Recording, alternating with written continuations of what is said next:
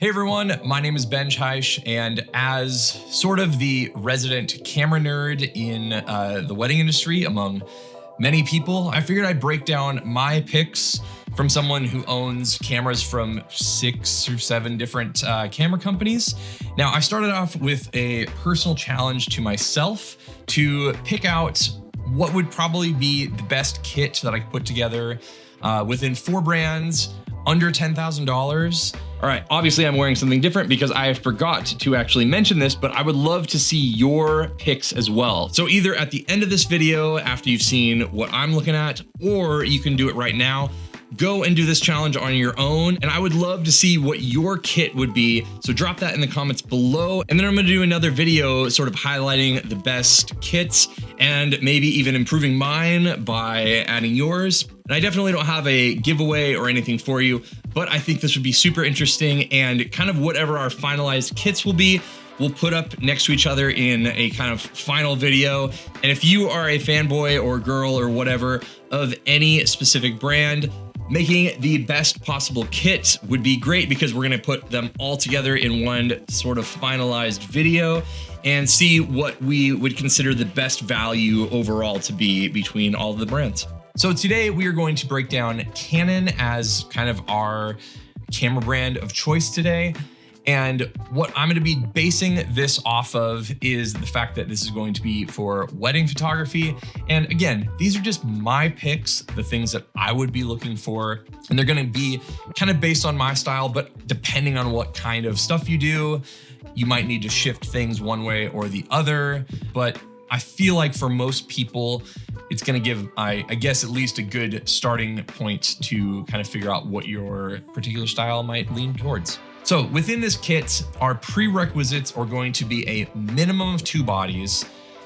Both of those bodies should be within the Canon system full frame, because the other prerequisite within the bodies is going to be that they have dual card slots. And currently within the Canon lineup, there are only 3 cameras that do. I also emphasize that getting 2 of the same camera body, just because you buy a camera from the same company, definitely does not mean the colors are gonna be the same. I have learned that countless times. And so we're just gonna buy 2 of the same camera body and stick with that. And then we are going to buy a wide lens, a medium lens, and a telephoto lens.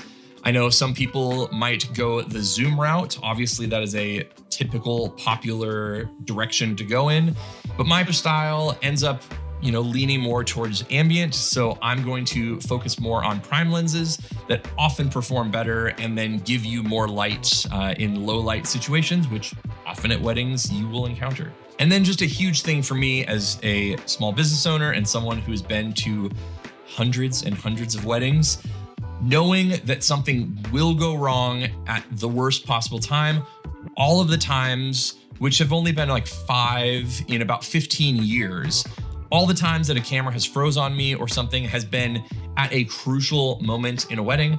So my baseline for that also is we're going to have 3 lenses, basically, that you could substitute one way or the other and make do if needed, and a minimum of 2 cameras so that, if one goes down, you still have another one. There are plenty of other things. I bring tons of cameras to weddings, but for kind of a baseline kit, especially if we're moving hopefully to around that $10,000 price range, that's kind of our baseline. So knowing that we have that $10,000 budget, let's kind of look into what Canon offers within those 3 cameras that have dual card slots. And while this video isn't sponsored, everything that I will go over today will be linked down in the description below. So you can check it out on Amazon and B&H and Moment and all that kind of stuff. And then I also wanted to take a quick second to plug my Patreon.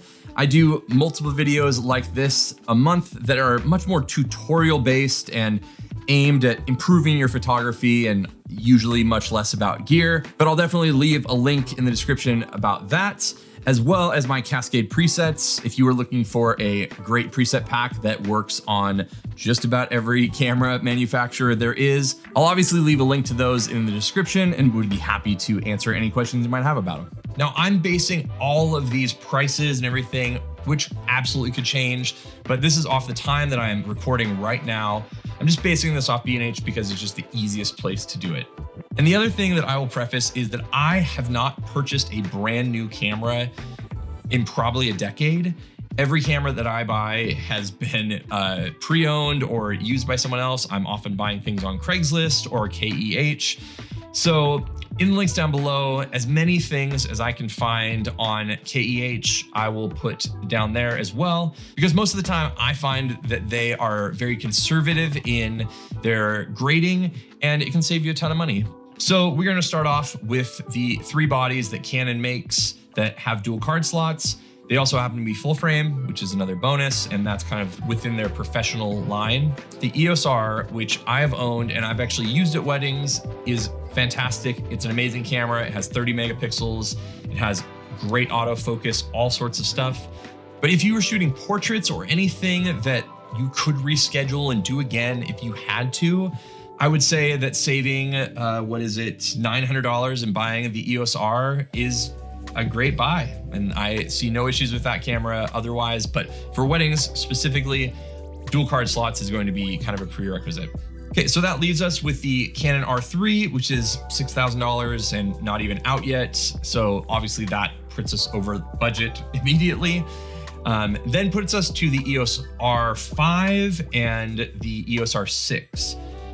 Now the R5 is $3,900. So what does that put us at? $7,800, leaving us not much, about $2,200 for lenses. The R5 is fantastic, but for weddings in particular, I find that anything 20 megapixels to 30 megapixels is pretty much the sweet spot for most kind of event photography things. If you think about a wedding, you're most likely going to need to be taking 1,000 to 2,000, 3,000, 4,000 photos at a wedding, and doing those at 45 megapixels is kind of overkill. 20 megapixels again is kind of the baseline. Like, I feel like the current modern minimum. Thankfully, there are software and things like that that you can upscale things if you really needed to. But I find that for file management, all sorts of stuff, 20 megapixels is great. So I'm basically gonna take, because of budgetary reasons, the Canon R5 out. I wouldn't say that it's a bad camera. It's a fantastic camera for wedding photography and better than the R6 in many regards. But we're trying to stick to a budget here, and I don't think the R5 is necessary. Great, but not necessary. So that leaves us with the Canon R6, which coincidentally is the camera that I'm currently filming on and will probably be making a review on here soon. All right, so jumping into lenses, the first bit is going to be wide angles. For wide angles, if we are going in a 3 lens kit, I'm considering that to be 24 at the widest and 35 at the tightest. Anything tighter isn't going to be able to capture the full feeling of an event. 24, anything wider than that is going to most likely feel a little bit too wide, a little too distorted to be something that you're gonna be shooting all day long. Now, obviously there are exceptions to this. Plenty of friends of mine photograph a ton of things with wider angle lenses and all sorts of stuff.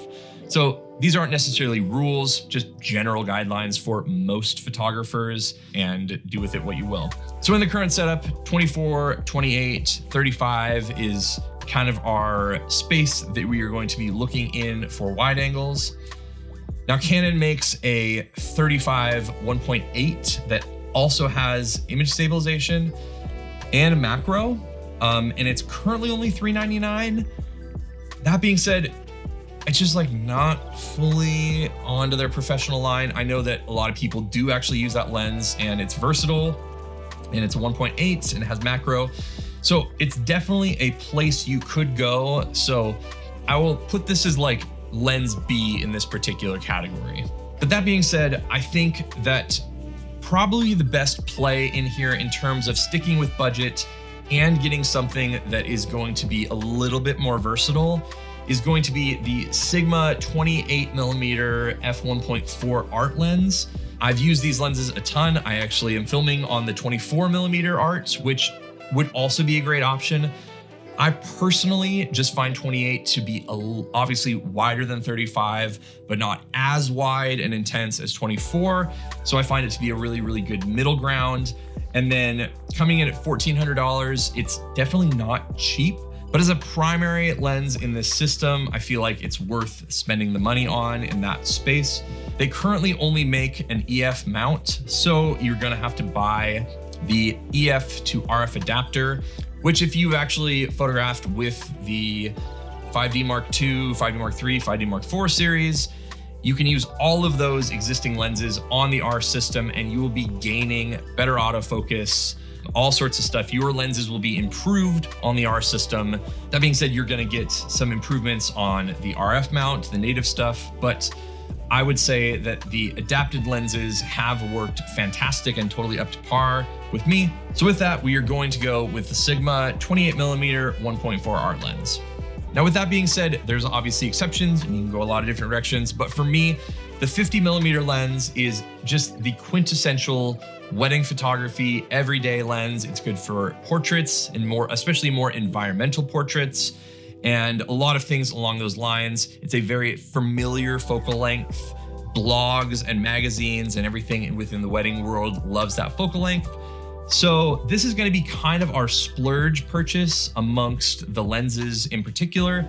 So in this, we are going to go with the Canon RF 50mm 1.2L series. I did like the original 50 1.2 for the EF system, but it had weird softness issues and focus issues and chromatic aberration. And it seems like Canon has actually taken all of the great things about the first 50L and imparted those into the RF version while still making it a much better lens. So that is definitely going to pair well. And then we're going to need a telephoto lens of some sort, especially to get things like speeches and vows during ceremonies and things that are a little bit further off, or you really want to get just close and get some detail. I feel like 85 is just the most versatile in that setup. And I personally used a 35-85 with a 50 for probably a decade as kind of my main setup. And so just going from experience, I found that the 85 ends up being super versatile. And then if you really needed to, let's say you are shooting a lot of church weddings or something like that, you could definitely sub out for a 135 instead of the 85. But to fit within our budget, we are going to go back to the same Sigma series, the Sigma Art, and go with the Sigma 85 1.4 art lens. It's another EF mount, but we will be buying two adapters now to fit on those cameras, and those adapters can just live on those lenses and be interchangeable. And at $100 for the adapters, it's not too bad.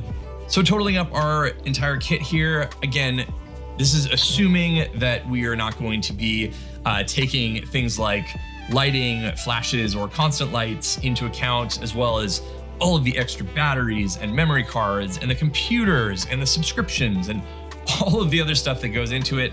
But simply from a camera and lens specific points, my goal was to get this kit under $10,000 while still getting you a very high-end professional kit. And we just made it under at $9,993. So, I mean, we definitely understood the assignment here of getting it under $10,000. And I feel like this is a super versatile kit. Again, you're getting kind of what I personally think that if I was shooting Canon, I would go the R6 route and forego the R5. It has some good stuff in it, but for me, 20 megapixels definitely is enough for now. And there's software and stuff that I could up-res if I really needed to.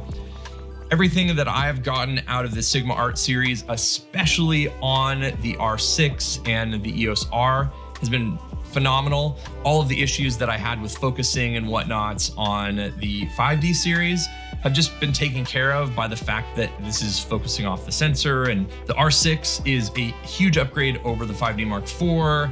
It's just a fantastic system. So I feel great about having the Sigma lenses on kind of opposite sides. And then as a kind of lens that could stand in the gap for either one, something you're gonna make amazing portraits with, great detail photos. The Canon 50mm f1.2L, I feel like is just a great way to cap off this particular kit. So again, there are a ton of other options, and there's definitely no wrong way to do this. You can definitely go about this by using a bunch of zoom lenses or subbing out the 85 for a 70-200 and maybe not spending as much on your 50. If I was giving advice to someone that wanted to photograph weddings like I am photographing them, this is definitely the kind of kit that I'm already using and I'm super familiar with and has served me really well for the last almost 15 years. So thanks so much for watching. If you've made it this far, I would love to see what your particular kit would be in the comments down below. Obviously, there are going to be a vast array of opinions on all this kind of stuff. So be kind to each other, as I know that gear can be oddly a divisive topic on this kind of stuff. But for me, I mean, I feel pretty confident about this kit being a really good setup for a lot of people. And maybe you've used these things and don't like them or have suggestions. I would love to hear from you, and I'm sure others would in the comments below as well. And also, if you are interested in more videos like this, I'm gonna be doing 3 more videos with the Leica system, with Fujifilm, and with Sony, trying to fit all of those within that same kind of $10,000 budget range. So if you're interested in my takes on any of those particular systems, subscribe if you aren't already, and then I will see you on one of these videos. And click right there, like that one or this one. I promise I spend a lot of time making these, so they're probably good. Let me know.